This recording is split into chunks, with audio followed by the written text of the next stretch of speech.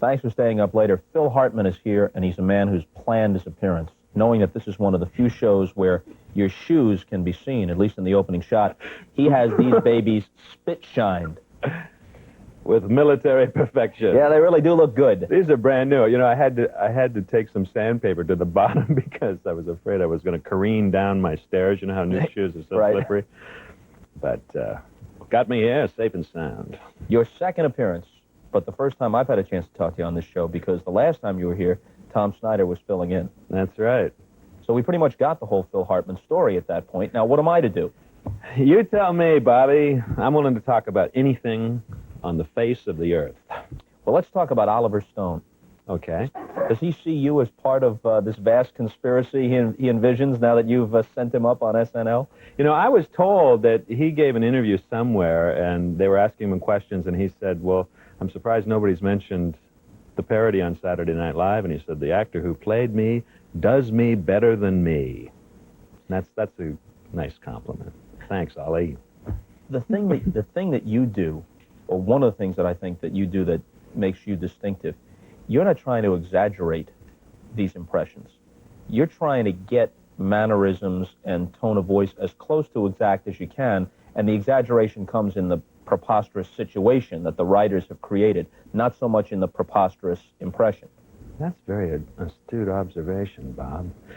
Your researchers come up with that, or did you? A rarity for me. The researchers came up with it, but I stated it with such personal conviction. I believe until you. he called my bluff, I was hoping you folks would think, you know, Bob thought of this while he was driving over, but in fact I was napping in the back of the car. That was amazing. No, you're absolutely right. In fact, I don't consider myself an impressionist so much as an impersonator, because there is a difference.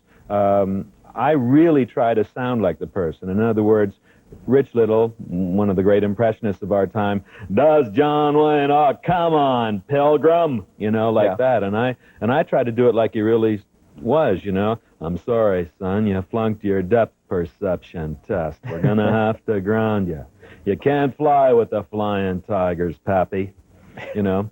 And there is a difference, but that's just a matter of personal taste. You know, everybody finds their little niche in comedy and what is comfortable to them, and I guess I come from that less is more school of comedy. That's what turns me on. When you do a guy like Phil Donahue, you get these little ticks and these personal characteristics to such a T that sometimes, you know, you say to yourself, why didn't somebody else ever get this? I guess it's like with anything else. Once somebody makes a point or shows you something, it seems so obvious, but somebody had to do it first. I mean, you nail some of these guys pretty well. Sometimes there's real study involved. But what's interesting to me is that some of them just come to you instantly. You know, they're already perhaps characterizations of themselves, like Donald Trump. You know, to get him, it was just a matter of putting my lips forward and kind of always having that knit brow and never pausing in my conversation. You know, you know, I'll tell you something, and this is true for everybody. If you find that I'm going down and that it's over for me financially, I'll tell you this. If I live on the street, I'll live in the most beautiful cardboard box on the Upper East Side. It'll have lots of brass, lots of black marble, and I'll have Marla, and there's several other beautiful girls by my side. So don't think for a minute that if it all, you know, he never stops, he never... And if you get the lips, I mean, so much of it is that with a kind of... you find the tenor, the vibration of the voice. Trump, for example, has a kind of a Jimmy Cagney, that breathy in the back of the throat, why, you dirty rat, I'm telling you right now, you know, that kind of thing. He has some of that going, and so you feel your way into it. It's like Dana Carvey always says that his Bush is a cross between John Wayne and Mr. Rogers, you know, and you look for those areas that help you key in. In fact, he sat here one time, and he started doing John Wayne, and then little by little he worked in the Mr. Rogers, and you could see the whole process till he arrived at George Bush in the middle. It was uncanny. He's one of the greats, definitely. But I was going to say about Donahue, I really studied Donahue. I watched tape. I made little drawings, things like when he talks, he sometimes throws the words out like, women trapped in unfruitful relationships. What are you going to do? I was also coached heavily on that one. Jim Downey, the the master behind the scenes. Jim and Lorne work very closely together, and in the new Playboy interview that Lorne Michaels did, he acknowledges that Jim now does on the show what Lorne did in the first 5 years, and that is Jim is the nuts and bolts guy who gets down there, works with the writers all week long, assisting on the writing of sketches, whereas Lorne at this point is more of an executive producer and oversees and fine-tunes and you know, between dress and air. Jim is the one who coaches us a lot, and he helped me a lot with Oliver Stone, and he's so funny. And he also, I think maybe that's partly why I'm appreciated at SNL, is that I share that sense of humor with Downey about that less is more kind of thing. Did he coach you at all on Sinatra, or did that spring whole from your imagination? I learned to swing, baby, and swing hard, because you're going to thank the man upstairs that you were put in the penthouse and not down on the street like Steve Lawrence and Eddie Gourmet. Well, you've done Sinatra in at least a couple of different ways. One, you got up, it was some sort of benefit thing or an award ceremony, and I think Jan Hooks was playing Sinead O'Connor, the Sinead right? O'Connor Awards. Right, and then, so you berated O'Connor, and then there was another time where it was the Sinatra group. Right. And it was as if Frank had taken over John McLaughlin's job. Exactly right. Discussing show business issues. And then I got to say the best all-time line of last year, where Sting played Billy Idol in that sketch. And that is fine comedy, isn't it, my friends? The high road. Does the fact that there's nothing terribly irregular about your appearance, I think I read somewhere where you said, look, I'm a Sears salesman's dream. I'm a 42 regular right off the rack. Does that help? Because not only can you get into character in terms of voice and attitude, they can make you look remarkably like these guys. That's my great asset as a performer. It's the only thing I have is the very average nature of my appearance. It's the same thing that Danny Aykroyd brought to the equation. I'm average height, average weight, average looks, the kind of guy, if you walk down the street, he wouldn't catch your eye, a real brown shoes guy. And, you know, I wish I looked like Robert Redford, or I should say I wished I looked like Robert Redford for many years, and now I've accepted who I am, as you do in your 40s, because, you know, you're halfway home. And playing the back nine, as they say. But what comes into play, Bob, is what I call Mr. Potato Head syndrome. You know, when you are so average looking, if they put a wig on you and some glasses, if you alter your face and your voice in any way, you can look a lot different. Whereas someone like, say, John Lovitz, you know, he can look like people who have his coloring and maybe similar ethnic qualities, you know, but it's more difficult for him to do Phil Donahue than it would be for me. And I love that, because my favorite thing in the world is just doing a lot of different things. And this is the one venue in television where that is something that is an asset.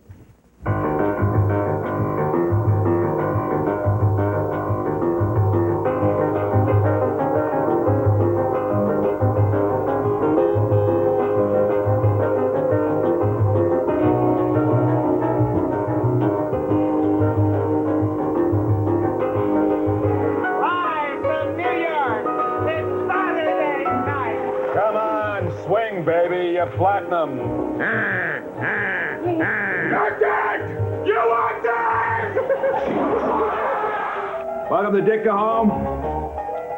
To my Ditka Type A Christmas special. I'm the president. Only I need to understand.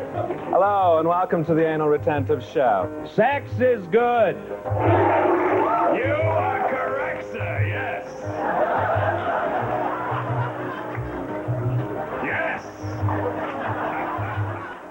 Even though you, like most people who do impressions or whatever you want to call them, say they appreciate and they're even fans of the people that they do, does there have to be something objectionable, something odious about the person in order to make it worth doing? Oh, absolutely. I think deep down you want to kill the person, at least in my case.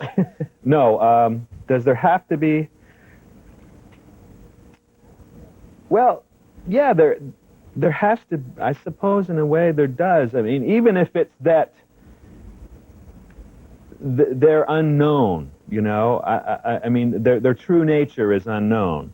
For example, Dana and I love to do Carson and McMahon because they're two people who are so private, and there's rumors circulate within show business about everybody who's famous, you know, and you kind of have the sense that you're getting the inside scoop. But they do so little publicity that who they really are is almost up for grabs. And so I guess in a way we're camping on that aspect of certain personalities. I mean, I hope these people take it with a sense of humor. It bothers me sometimes that people don't contact me and comment on what I've done, because then I feel like maybe I'm truly aggravating them in some way. I know, for example, when Dana does Casey Kasem, every time he does Casey Kasem sends him a gift. Right. And it makes him feel so great. But I've never heard from anyone, although I did Peter Graves for a while, and in some sketches I wrote on his Discover show. And my wife ran into him on the street and said, you know, my husband impersonates you on Saturday Night Live. And he said, well, I never watched the show, but I'm sure he's very good. But at least one guy, you said you didn't get feedback. At least one guy, though, was an exception to that, because Donahue had you on his show, right? Yes. Phil's been great. He's been a sweetheart. And yeah, he had me, well, during our 15th anniversary, all of us appeared, all the cast appeared on Phil Donahue's show, and I opened the show. Well, actually, no, he opened the show. He started talking a little bit about Saturday Night Live, and then he said, you know, maybe the best person to explain this to you is me. And then I came out and I went into a big rant of, the inmates have taken over the asylum, Saturday Night Live. As we mentioned, you've done some screenplays, you've appeared in a few movies, even though they weren't the starring role in the films. But people might not know that you were one of the writers for Pee-wee's Big Adventure, right? That's right. Paul Reubens and I were very close friends. I was already fairly established at the Groundlings when he joined in 70. The Groundlings was a comedic troupe. Yeah, an improvisational comedy group in Hollywood. And we opened our little theater that we built on Melrose Avenue, and he introduced Pee-wee in a 1979 show, and it became an instant hit. And then he and I and some of our friends wrote the original Pee-wee Herman show, which was a stage show that we did at that theater, and then later at the Roxy, the summer of '81. That went on to be an HBO special. I played Captain Carl in that. What insight into this individual would you feel comfortable providing? He's a complex guy, and he's, I think, sadly, a seriously wounded individual, and not just because of his recent problems, but he's hiding some pain, you know, and I guess I only say that so that people might show some compassion for him. But the greatest thing about him is that I think he's a true genius, and I think he's a true artist. You know, he studied at Cal Arts, and he so much of what you've seen of his work has been all him, and in a way, that's his downfall, because he has an artistic temperament where he wants to be the one who does it all, and he's working in media like film and television that are highly collaborative, and where you have to give up control, you know, to others, to art directors, to designers, to directors, to writers. Mm-hmm. And that didn't come easy to Paul, because he has a personality that is more suited to a painter or a sculptor or something. He's very isolated. He was even before the tragedy that befell him. He lived alone on a mountaintop with his toys and his animals, and now my fear is that he won't come out now. He already had a reclusive nature, and my fear is that he'll deprive us of his talent. And honestly, his talent is formidable, because he had several fully realized characters at the Groundlings besides Pee-wee, and that was just the one that the audience seemed to spark to, you know, sort of a eternal child, Right. Quaer Eternus kind of thing, Peter Pan type thing. And at that point in the 80s, everybody was getting in touch with their own child, I suppose. That I'm okay, you're okay kind of thinking was predominant in the therapeutic arena, and everybody was ready to have fun with the kid in them. And so what turned out his original premise was just to be the world's worst stand-up comedian and come out with a paper bag and say, "Hey, suck it, man," you know, and do silly things. "Hey, Pierre, dog do." And it was just hilarious. It was totally unstructured. It was non-joke oriented. It in a way, it was reflective of what Steve Martin was doing at the time, Yeah. where it was comedy that was more nostalgic references than one-liners. And plus, he brought to that his innate acting ability, where he committed 150% to everything he did, and people sparked on it. But he had several other characters that were so hilarious.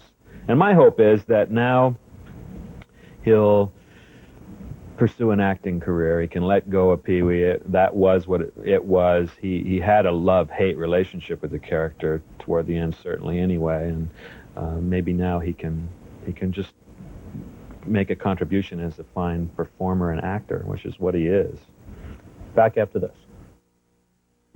Phil Hartman can be seen seldom looking like this as who knows who next time you turn on Saturday Night Live. We got to get out of here. Nice to see you again. Thanks a lot. Okay.